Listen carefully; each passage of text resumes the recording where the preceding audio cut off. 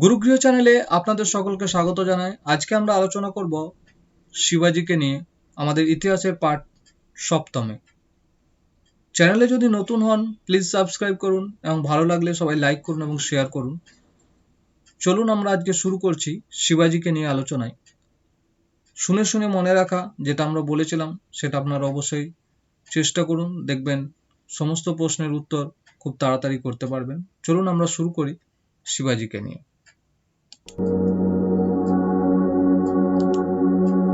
শিবাজি তিনি সপ্তদশ শতকের দ্বিতীয়ার্ধে শিবাজির নেতৃত্বে মারাঠা জাতির অভ্যুত্থান ভারতীয় ইতিহাসে এক যুগান্তকারী ঘটনা।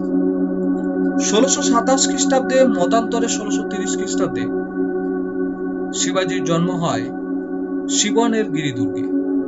তার পিতার নাম ছিল শাহজি ভোঁসলে, যিনি আহমদনগরের সুলতানের অধীনে পুনাতে জায়গিরদার ছিলেন।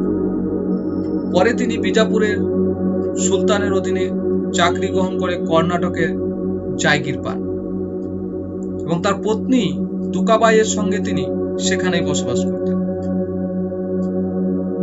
শিশু শিবাজি ও তার মাতা জিজাবাই দাদাজি কোন্ডদেব নামে জনৈক বিচক্ষণ ব্রাহ্মণের অভিভাবকত্বাধীনে পুনায় বসবাস করতে থাকেন। ধর্মপ্রাণা মাতা এবং বিচক্ষণ ও স্বদেশপ্রেমিক ব্রাহ্মণের প্রভাবে তরুণ শিবাজির অন্তরে দেশপ্রেম ও বীরত্বের সঞ্চার হয়। তাদের কাছে রামায়ণ, মহাভারত, পুরাণ ও অন্যান্য কাহিনী শুনে তরুণ বয়সেই তিনি ভারতবর্ষে স্বাধীন হিন্দু রাজ্য স্থাপনের স্বপ্ন দেখতে শুরু করেন। সমকালীন ভারতবর্ষের রাজনৈতিক অবস্থা শিবাজির এই স্বপ্ন পূরণকে বাস্তবায়িত করার জন্য এক সুযোগ দেয়। মোগল সাম্রাজ্যবাদ তখন উত্তর ভারতের নানা সমস্যায় ব্যতিব্যস্ত এবং অপরদিকে মোগল শক্তির বারংবার আক্রমণে দাক্ষিণাত্যের সুলতানি রাজ্যগুলির অবস্থাও একদম শোচনীয় হয়ে পড়ে। এই অবস্থার সুযোগকে ব্যবহার করে তিনি পশ্চিমঘাট পর্বতমালার অধিবাসী মাউলিদের নিয়ে তিনি এক সুশিক্ষিত সেনাবাহিনী গঠন করেন। 1647 খ্রিস্টাব্দে দাদাজি কোন্ডদেবের মৃত্যুর পর শিবাজি নিজ পরিকল্পনা মতো রাজ্য জয়ে মনোনিবেশ করেন। তিনি বিজাপুরের অন্তর্গত তোরনা দুর্গটি অধিকার করেন। তারপর একে একে তিনি রায়গড়, চকন, সিংহগড়, বড়মতি, ইন্দ্রপুর, পুরন্দর ও কন্দন প্রভৃতি স্থানের দুর্গগুলি জয় করেন। ঐতিহাসিক রোলিং স্টোন এর মতে লুটতরাজ নয়, বিদেশি শাসনের বন্ধন থেকে স্বদেশকে মুক্ত করাই ছিল শিবাজির রাজ্য জয়ের উদ্দেশ্য। ঐতিহাসিক সরদেশাই বলেন যে শিবাজির লক্ষ্য ছিল সমগ্র ভারতে হিন্দু রাজ্য সাম্রাজ্য স্থাপন করা। যাই হোক, মারাঠা নায়কের এই কার্যকলাপে ক্রুদ্ধ হয়ে বিজাপুরের সুলতান শিবাজির পিতা শাহজিকে বন্দী করে। এর ফলে কয়েক বছরের জন্য শিবাজি তার আক্রমণাত্মক কার্যকলাপ বন্ধ রেখে নিজের শক্তি বৃদ্ধিতে মন দেন। তার পিতার মুক্তির পর শিবাজি পুরন্দর ও জাবলি দুর্গ দখল করেন। 1657 খ্রিস্টাব্দে দাক্ষিণাত্যের মোগল শাসনকর্তা ঔরঙ্গজেব বিজাপুর আক্রমণ করলে শিবাজি সেই সুযোগে মোগল অধিকৃত আহমদনগর ও জুনার লুট করে নেন। ইতিমধ্যে শাহজাহানের অসুস্থতার সংবাদে ঔরঙ্গজেব দাক্ষিণাত্য ত্যাগ করে তিনি উত্তর কোঙ্কণের বিস্তীর্ণ স্থান দখল করেন। শিবাজিকে দমনের জন্য বিজাপুর সুলতান আফজল খাঁয়ের নেতৃত্বে এক বিরাট সেনাবাহিনী পাঠান। আফজল খাঁ শিবাজির হস্তে নিহত হন এবং তিনি দক্ষিণ কোঙ্কণ ও কোলাপুর জয় করে নেন। শেষ পর্যন্ত 1662 খ্রিস্টাব্দে বিজাপুরের সুলতান শিবাজির সঙ্গে সন্ধি স্থাপনে বাধ্য হন এবং শিবাজি কর্তৃক অধিকৃত স্থানগুলির উপর শিবাজির কর্তৃত্ব স্বীকার করে নেন। সিংহাসনে সুপ্রতিষ্ঠিত হয়ে ঔরঙ্গজেব তার মাতুল ও দাক্ষিণাত্যের শাসনকর্তা শায়েস্তা খাঁয়ের ওপর শিবাজিকে দমনের দায়িত্ব অর্পণ করা হয় 1660 খ্রিস্টাব্দে। কিন্তু এতে শিবাজির কোনো ক্ষতি হয়নি, বরং শিবাজির হস্তে তিনিই লাঞ্ছিত হন। 1663 খ্রিস্টাব্দের 15 এপ্রিল শিবাজি অতর্কিতে পুনায় শায়েস্তা খাঁয়ের শিবিরে হানা দিয়ে তার পুত্র সহ 40 জন অনুগামীকে হত্যা করেন এবং তার তরবারির আঘাতে শায়েস্তা খাঁয়ের একটি আঙ্গুল হারিয়ে কোনো ক্রমে প্রাণ নিয়ে দাক্ষিণাত্য ত্যাগ করেন। মোগল বাহিনী ছত্রভঙ্গ হয় এবং এই সুযোগে 1664 খ্রিস্টাব্দে তিনি মোগলদের সমৃদ্ধশালী বন্দর সুরাট লুট করে প্রচুর ধনরত্ন সংগ্রহ করেন। এরপর জয়সিংহ ও দিল্লির খাঁয়ের ওপর শিবাজীকে দমনের দায়িত্ব দেওয়া হয়। শিবাজী সন্ধি করতে বাধ্য হন এবং দুই পক্ষে পুরন্দরের সন্ধি স্বাক্ষরিত হয় 22 জুন 1665 খ্রিস্টাব্দে। সন্ধির শর্ত অনুসারে শিবাজী মোগলের সার্বভৌমত্ব স্বীকার করেন এবং 23টি দুর্গ ও কয়েকটি জেলা সেখান থেকে বার্ষিক 20 লক্ষ টাকা রাজস্ব আদায় হতে পারে মোগলদের ছেড়ে দেন। তার পুত্র শম্ভুজি মোগল দরবারে 5000 মনসবদার নিযুক্ত হন এবং বিজাপুরের বিরুদ্ধে মোগলদের সাহায্য দানে সম্মত হন। সন্ধি সম্পাদনের কিছুদিন পরেই ঔরঙ্গজেবের আমন্ত্রণে ও জয়সিংহের অনুরোধে শিবাজী শিশুপুত্র শম্ভুজি সহ আগ্রায় যান 1666 খ্রিস্টাব্দে। দরবারে থেকে উপযুক্ত সম্মান না দেওয়ায় তিনি প্রতিবাদ করলে ঔরঙ্গজেব তাকে আগ্রা দুর্গে নজরবন্দি করে রাখেন। সুচতুর শিবাজী শিশুপুত্র সহ কৌশলে সেখান থেকে পলায়ন করে নিজ রাজ্যে ফিরে আসেন। এরপর 3 বছর মোগলদের বিরুদ্ধে তিনি কোনো আক্রমণাত্মক নীতি গ্রহণ করেন। তাকে কোনোভাবে পরাজিত করা সম্ভব না নয় দেখে ঔরঙ্গজেব তাকে রাজা বলে স্বীকার করে নেন এবং জায়গির হিসাবে বেরার তাকে দান করা হয়। দাক্ষিণাত্যে মোগল সেনাপতিদের অন্তর্দ্বন্দ্ব এবং উত্তর পশ্চিম সীমান্তে বিদ্রোহ দমনের সম্রাটের ব্যস্ততার সুযোগে 1670 খ্রিস্টাব্দ থেকে শিবাজী মোগলদের বিরুদ্ধে পুনরায় যুদ্ধ শুরু করেন। পুরন্দরের সন্ধির শর্ত হিসাবে যে 23টি দুর্গ তিনি মোগলদের ছেড়ে দিয়েছিলেন সেগুলি একে একে তিনি পুনরুদ্ধার করেন। 1674 খ্রিস্টাব্দে ছত্রপতি ও গো ব্রাহ্মণ প্রতিপালক উপাধি ধারণ করে রায়গড় দুর্গে মহাসমারোহে তিনি নিজ অভিষেক সম্পন্ন করেন। পরবর্তী 6 বছরে তিনি জিঞ্জি, ভেলোর, বেলারি, তাঞ্জোর প্রভৃতি স্থান দখল করে এক বিস্তীর্ণ স্থানে তার সার্বভৌমত্ব প্রতিষ্ঠিত করেন। 1680 খ্রিস্টাব্দে 13 এপ্রিল 53 বছর বয়সে তার মৃত্যু হয়। মৃত্যুকালে তার রাজ্য উত্তর সুরাটের নিকটবর্তী ধরমপুর থেকে দক্ষিণে গোয়া এবং পূর্বে বাগলানা, নাসিক, পুনা এবং সাতারা সহ পশ্চিম দিকে সমুদ্র উপকূল পর্যন্ত বিস্তৃত ছিল। এছাড়া দাক্ষিণাত্যের কয়েকটি খণ্ড খণ্ড অংশ তার রাজ্যভুক্ত ছিল। শিবাজীর যে শাসন ব্যবস্থা কেবলমাত্র তাকে সমরকুশলী বীর হিসাবেই নয়, একজন সুদক্ষ শাসক ও সংগঠক হিসাবেও শিবাজী স্মরণীয় হয়ে আছে। সমকালীন অন্যান্য শাসন ব্যবস্থা অপেক্ষা তার শাসন ব্যবস্থা অনেক উন্নত ছিল। যে উপাদানগুলি ছিল সেই সময়ে শিবাজীর, সেগুলি জানলেই বোঝা যাবে যে তার শাসন ব্যবস্থা কিরকম ছিল। প্রথম হচ্ছে অমাত্য রামচন্দ্র পন্থের রচনাবলী। দ্বিতীয় হচ্ছে শিবাজীর সভাসদ কৃষ্ণাজি অনন্ত রচিত শিবাজীর জীবনী ও শাসন ব্যবস্থার বিবরণ। পণ্ডিত হনুমন্ত রাওয়ের রচনা তৃতীয়ত, এবং চতুর্থত পেশোয়া দপ্তরের দলিলপত্র, এবং পঞ্চম সমকালীন ইউরোপীয় পর্যটকদের বিবরণ। তিনি স্বৈরতন্ত্রে বিশ্বাসী হলেও কখনো স্বেচ্ছাচারী ছিলেন না। তার শাসন ব্যবস্থার মূল নীতি ছিল প্রজাদের কল্যাণ সাধন করা। এ ব্যাপারে তিনি আহমদনগরের বিখ্যাত প্রশাসক মালিক অম্বরের শাসন ব্যবস্থা থেকে বহু শিক্ষা গ্রহণ করেন। এছাড়া মোগলদের নজিরও তার সামনে ছিল। নিজ প্রতিভা দ্বারা তিনি প্রচলিত শাসন ব্যবস্থার ত্রুটিগুলি দূর করে নিজ শাসন ব্যবস্থা প্রতিষ্ঠিত করেন।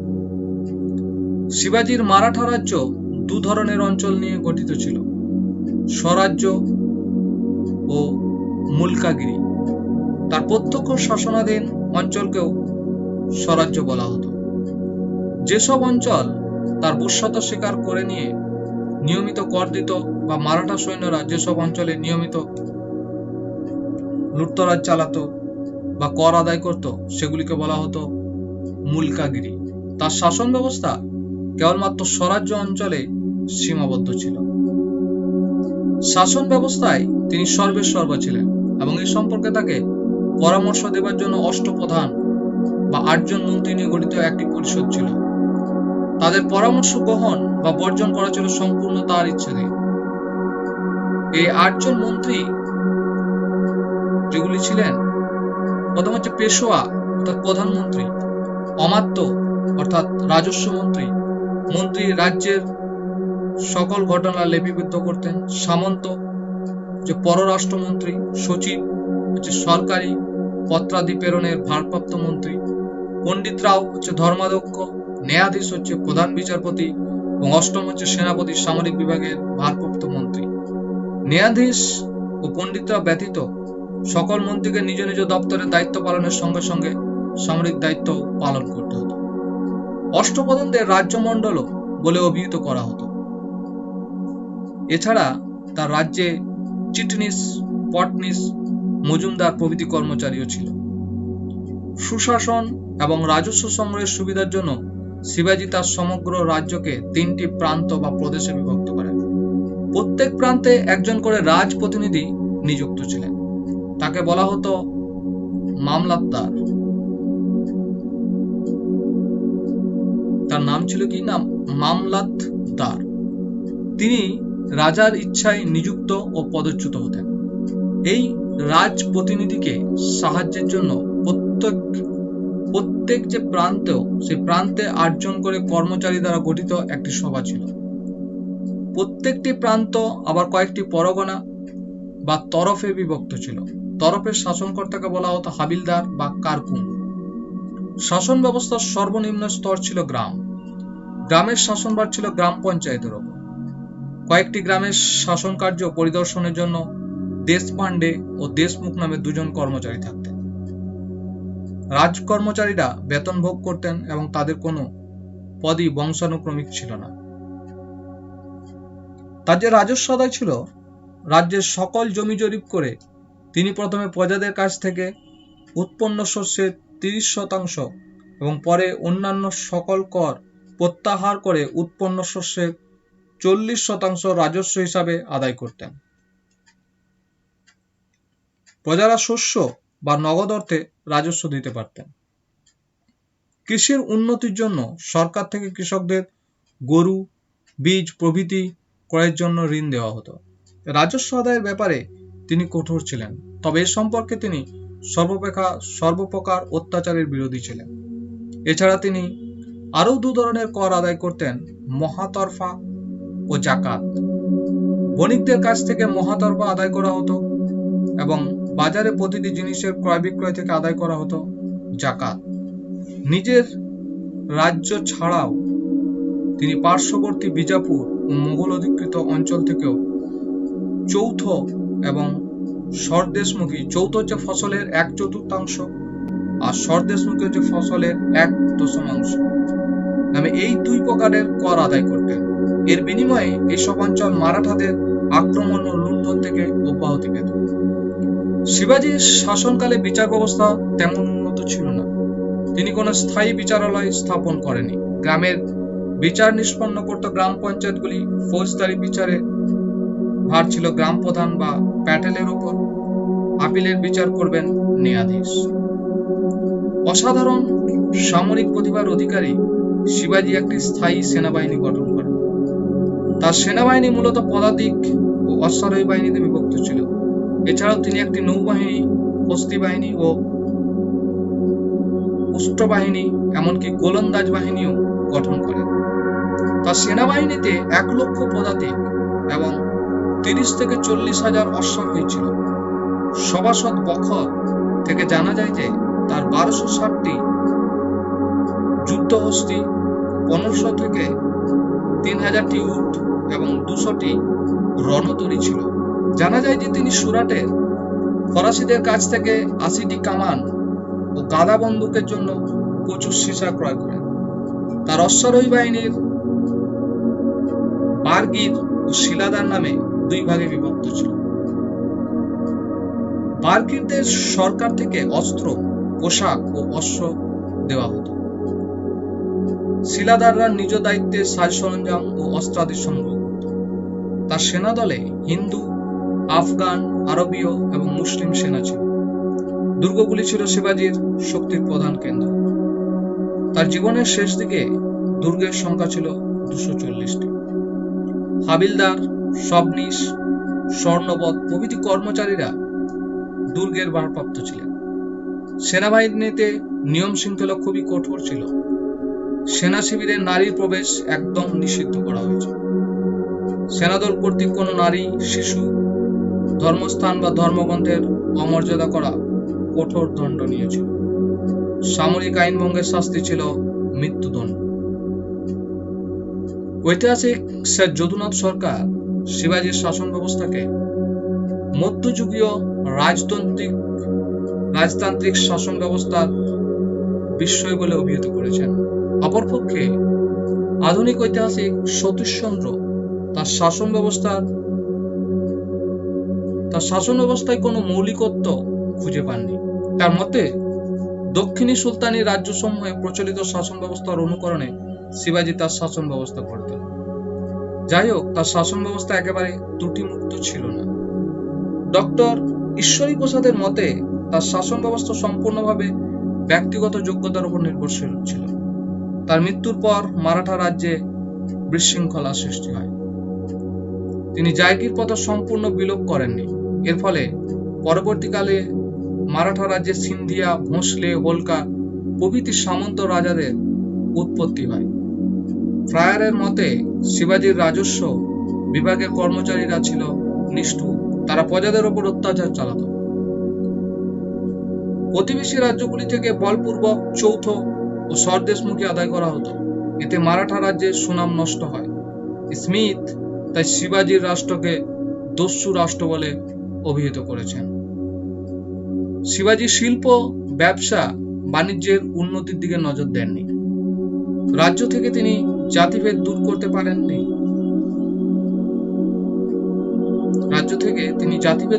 পারেননি। তিনি ব্রাহ্মণদের খুশি করে চলতেন। তার অষ্টপ্রধানের অধিকাংশই ছিলেন ব্রাহ্মণ এবং পেশোয়া পদ, চিৎপাবন ব্রাহ্মণদেরই একচেটিয়া ছিল। সামান্য এক জায়গিরদারের পুত্র হয়েও কেবলমাত্র নিজ প্রতিভা ও সামরিক শক্তির বলে শক্তিশালী মোগল সাম্রাজ্য ও বিজাপুর রাজ্যের বিরুদ্ধে সংগ্রাম করে শিবাজী এক শক্তিশালী রাজ্য প্রতিষ্ঠিত করেন। শতাব্দী বিভক্ত মারাঠাদের ঐক্যবদ্ধ ও জাতীয় চেতনায় উদ্বুদ্ধ করে তিনি মারাঠা জাতি গঠন করেন।